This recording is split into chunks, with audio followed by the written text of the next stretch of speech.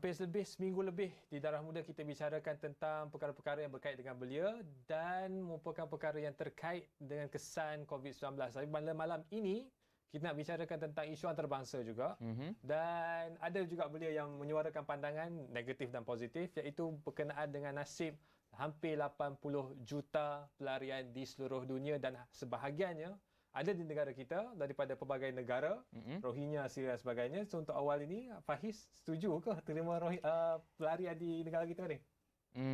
Faiz adalah golongan yang nanti kita discuss. Dan perbincangan ini sudah semestinya eksklusif dalam Darah Muda. Ini seorang orang muda dan anda sedang menonton ini Bernama TV. Dan untuk hari ini Faiz rasa Faiz nak tanya soalan kasar sikit. Boleh ke? Boleh ke Sarah?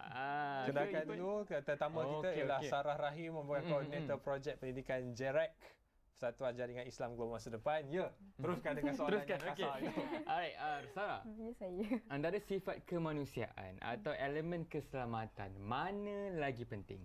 Okey, kalau pendapat saya, kemanusiaan lah. Daripada manusia, kemudian baru akan datang pada benda selamat, benda-benda yang lain tu. Okey. Masuk keselamatan. Apa dari perspektif Sarah sendiri, apa beza keselamatan dan kemanusiaan? Sebab kalau tak ada keselamatan, walaupun ada kemanusiaan, kita akan jadi ada beberapa negara yang cuba untuk membebaskan rakyat daripada kemiskinan atas dasar kemanusiaan, tapi sebab tak ada keselamatan, akhirnya usaha itu gagal. Mungkin ni lah, saya rasa dia kita boleh fokus pada pendidikan sebenarnya. Sebab macam apa, manusia ni dia perlu terbina dengan adab, dia perlu ada satu budaya. Jadi kalau macam saya fokus pada Rohingya sebenarnya, sebab tu kita fokus pada pendidikan, dan kita tak boleh nak terus pada dia punya ibu bapa, sebab diorang dah berusia kan. So yang senang dibentuk ialah anak-anak dia. Daripada pendidikan adab ni semua, kemudian dia akan ada kesedaran untuk jaga keselamatan. Daripada situ dia tak akan timbulnya jenayah sebab dia ada pendidikan. So yang penting kat sini kita nampak ialah pendidikan lah. Even sebenarnya kalau kita tengok orang lokal kita pun, kalau ada pengetahuan, ada pendidikan, kesedaran tentang pelarian ataupun migran sebenarnya, tak ada timbul isu-isu lain yang kita rasa tergugat ataupun tak selamat. Macam tu. Soal pelarian ini, wajar ke kita peduli ataupun? Pada saya perlulah, sebab bila mereka dah ada di negara kita, yang kita kena tahu pelarian di Malaysia banyaklah. Tapi orang tengah upkan isu Rohingya kan. So kita ada Somali, kita ada Sri Lanka, kita ada Iraq, Afghanistan, banyak sebenarnya.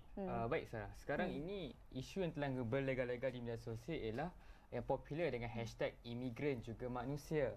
Jadi di mana Sarah sendiri melihat sentimen kebencian itu kepada golongan pelarian ini?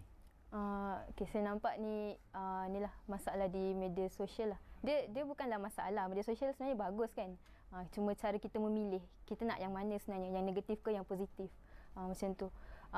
Dan dari media sosial juga sebenarnya kalau maklumat tu tak lengkap ataupun dia tak habis. Kadang-kadang kita tengok tu tak tepat maklumatnya. So kita punya interpretasi kita pun lain, akan beri gambaran yang lain pada imigran dengan pelarian ni. Macam tu. Dan sebenarnya kat situ pun kita kena bezakan juga apa beza macam pelarian dan juga imigran kan. Sebab pelarian ni dia datang ke negara yang mana-mana yang dia tak pasti atas dasar sebab perang. So dia tak ada tempat untuk berlindung. Beza dengan orang yang datang, contohlah saya ambil contoh Bangladesh yang memang datang atas dasar ekonomi. So tu beza pelarian dan juga orang yang datang atas dasar ekonomi.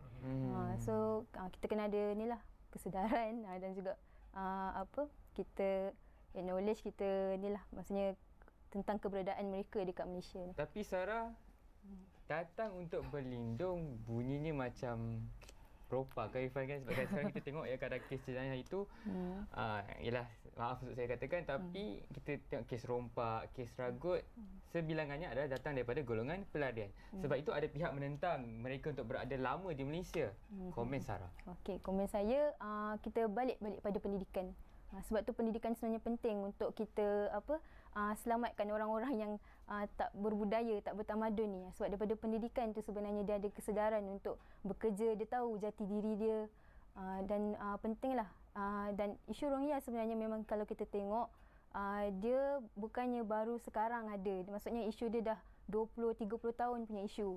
Jadi kita tengok memang dia betul-betul tak ada kesedaran atau pendidikan. Dia tak tahu pun budaya dekat Malaysia ni macam mana. Contoh macam NGO yang saya bekerja kan. Dia ada kita buat macam preparedness workshop untuk persediaan sebelum dia pergi kerja. So kita punya workshop tu dia sebenarnya ni je, kita kenalkan pasal budaya, pasal apa sensitiviti orang Malaysia. Contoh kalau dia suka meludah makan sirih macam tu kan. So dia tak tahu benda tu tak boleh. Jadi fokus Sarah ialah soal pendidikan dan budaya kan. Mungkin kita boleh dengar juga pandangan daripada tamu di Skype kita. Kita berhubung dengan dalam talian bersama dengan Zatul Ifah Fakharuldin, merupakan sukarelawan My Corps. Hai, boleh dengar suara kami ya? Assalamualaikum, boleh dengar ke? Ya, cakap kuat sikit ya Ifah, sebab soalan pertama saya pada Ifah ialah seperti mana disebut oleh Sarah tadi, iaitu pelarian ini yang penting ialah soal pendidikannya. Tapi bagi Ifah sendiri, apakah yang penting bagi pelarian? Sebab mungkin pada saya, kalau saya nak argue dengan Sarah ialah yang penting ialah soal maruah negara yang menyambut kedatangan pelarian itu. Maknanya kena jagalah keadaan lokal kan, bukan semata-mata jaga soal pelarian semata-mata. Komen.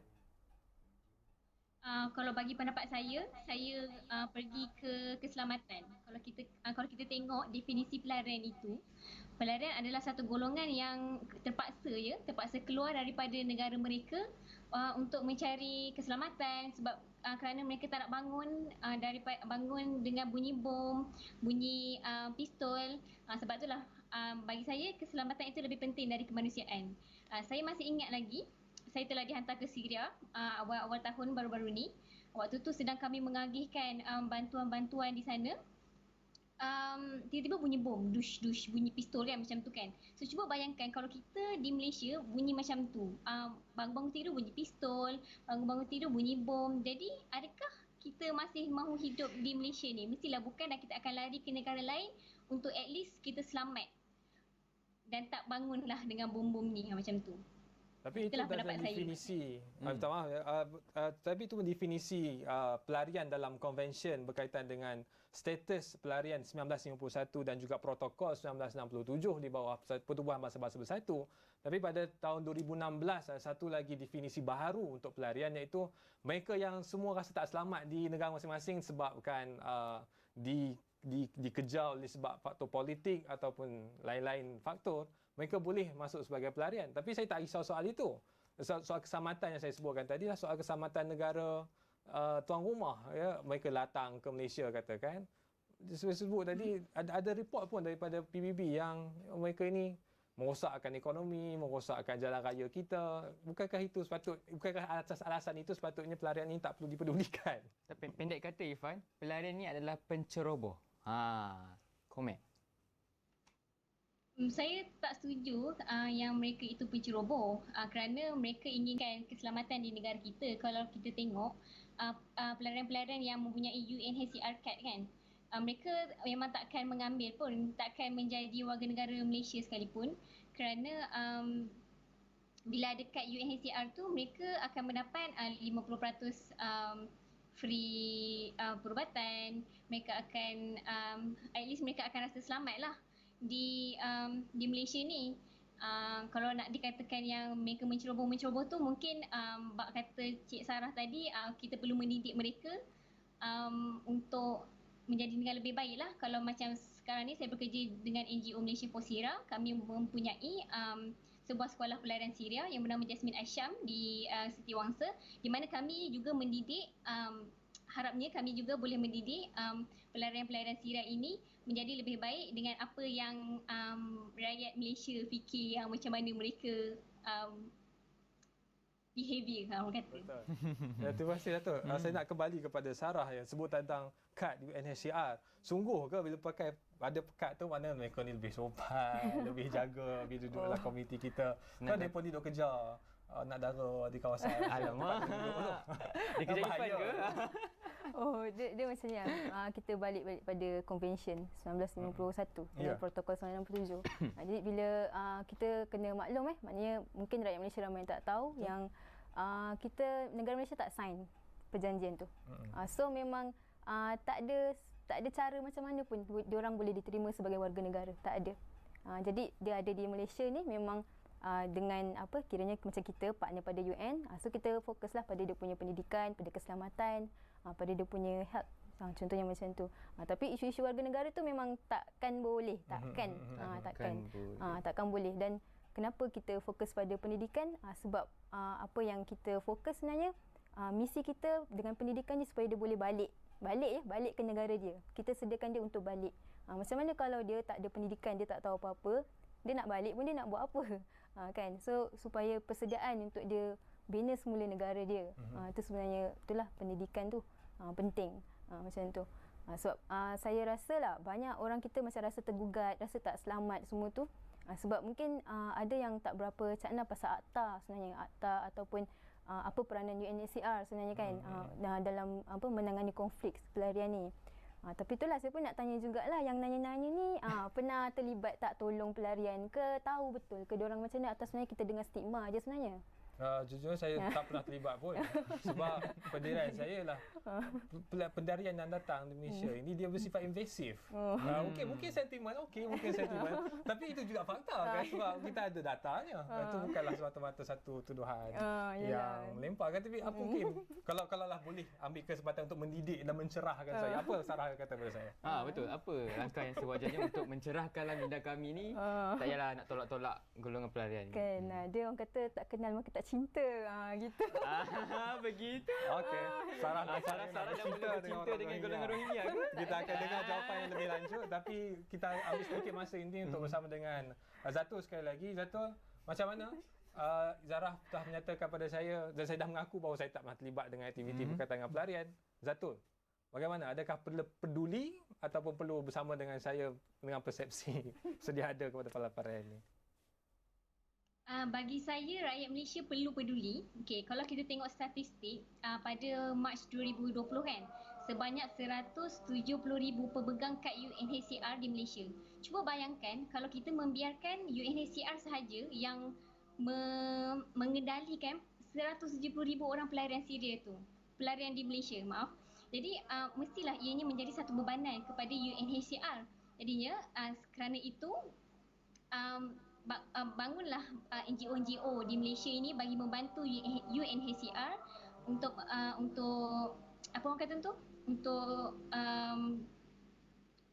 bantu pelarian-pelarian di Malaysia inilah, seperti MVM, Malaysia Muslim Volunteer Malaysia, Malaysia for Syria, Global Peace Mission Malaysia, bagi meringankan beban rakyat-rakyat, meringankan beban pelarian-pelarian di Malaysia dan juga UNHCR sekali. So bagi saya semua orang perlu syakna dan sama-sama kita bantu pelarian-pelarian ini untuk hidup dengan lebih mudahlah di Malaysia, kerana menjadi pelarian itu bukanlah bukan satu kehendak, tapi mereka terpaksa untuk menjadi pelarian.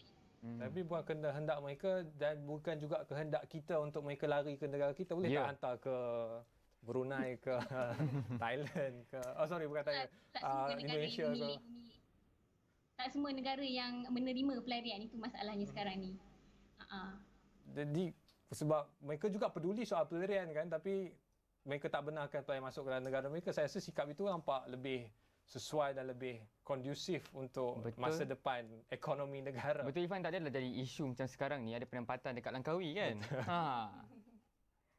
Kalau sebut pasal ekonomi negara, kalau kita tengok US kan, US menerima juga beberapa juta pelarian, dan actually di US pelarian boleh bekerja dan mereka membantu menaikkan ekonomi USA dengan dalam 2.9 juta setahun, dan untuk bekerja 2.9 juta, ekonomi US telah meningkat kerana pelarian-pelarian di US bekerja.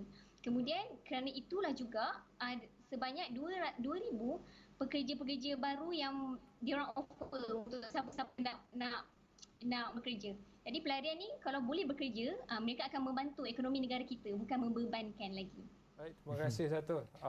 Nampaknya agak hangat jadi studio ini, bersetuju tak bersetuju ya. Tapi kita akan lebih hangatkan lagi perbincangan Darah Muda. Kita berehat seketika, kembali selepas ini di Darah Muda.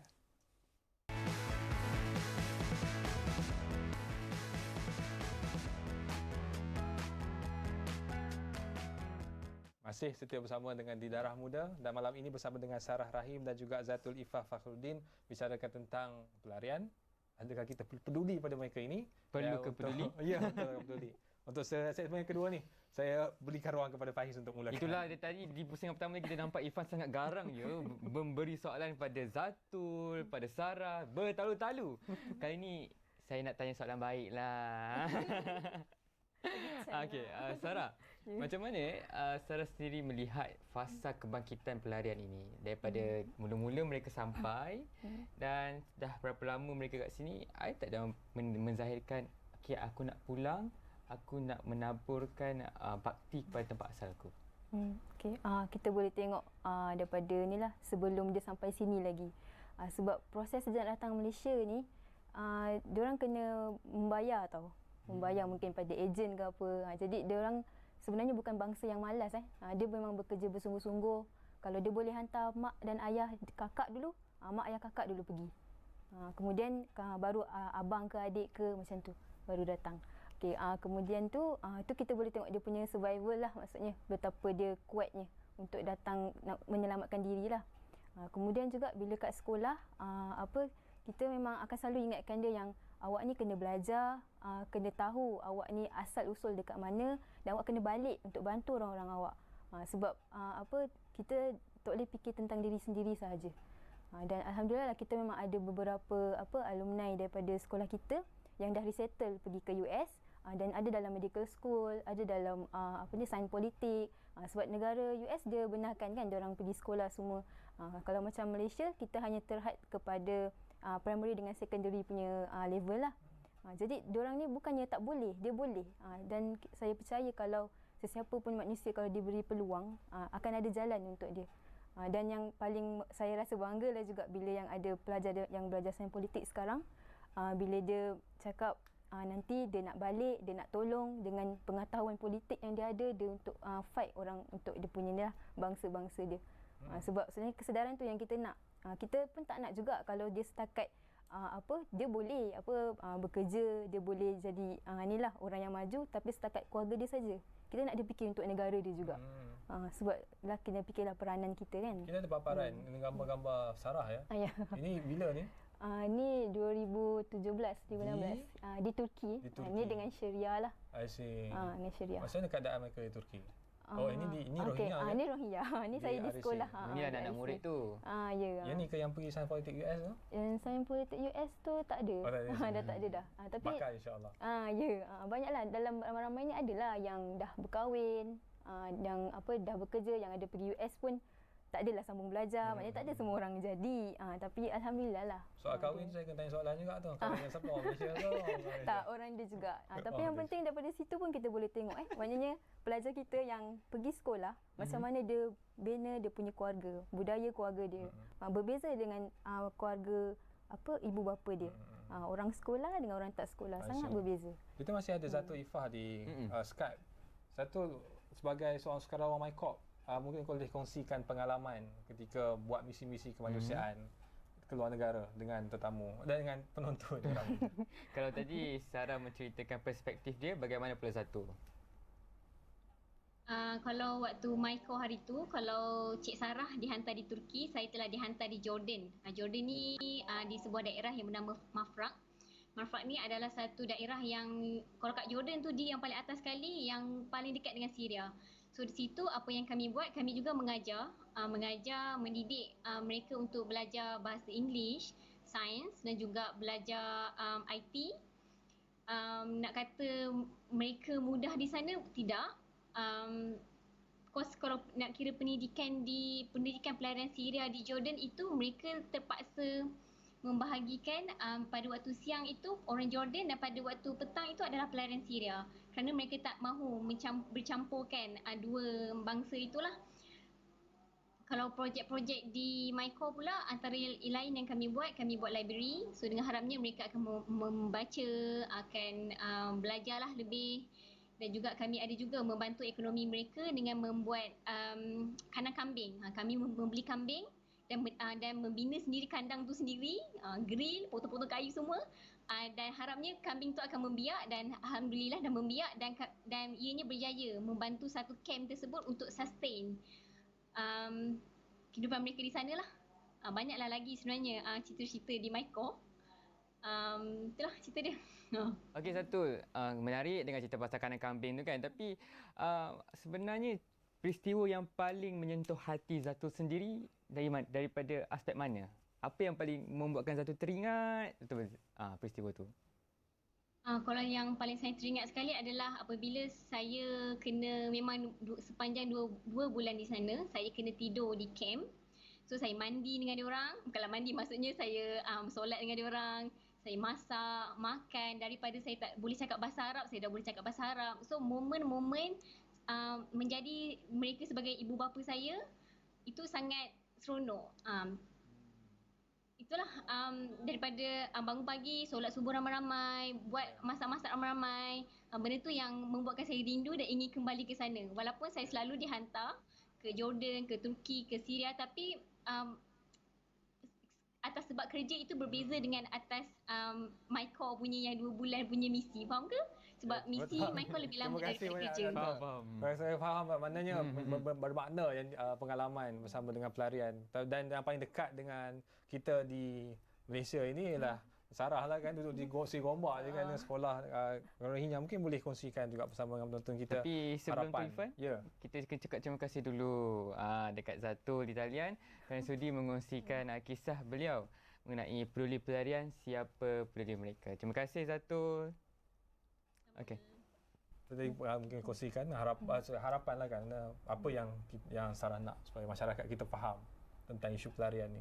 Okey, apa yang masyarakat kita faham Perlu faham. Ya, dia perlu faham, dia dah datang, pelarian dah datang sini tu satu hal lah. Dan apa yang kita nak buat lepas tu. Kalau kita nak membenci dia datang pun, lepas tu apa kan. So kat sini yalah, saya baliklah pada pendidikan semula, sebab penting benda tu.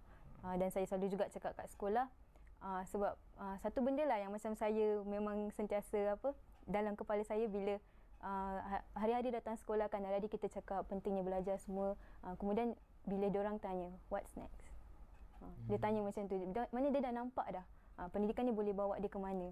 Sebab selalu awal-awal saya hanya pesan kat diorang, awak kena belajar, sekurang-kurangnya bila awak kerja, orang tak tipu awak punya gaji. Kalau awak kerja susun batu bata, awak tahu berapa banyak bilangan awak buat batu bata untuk hari tu.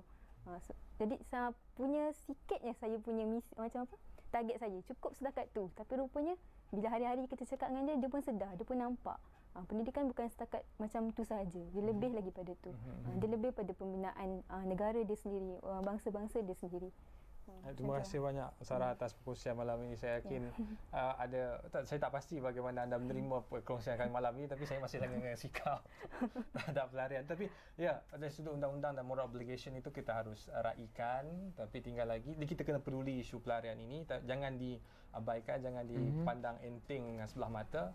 Perlu diselesaikan. Isu ini perlu diselesaikan. Bukan sekadar isu yang kita drag on 10-20 tahun akan datang. Ingat, setiap tindakan diambil kira. Kembali bersama kami esok di Terang.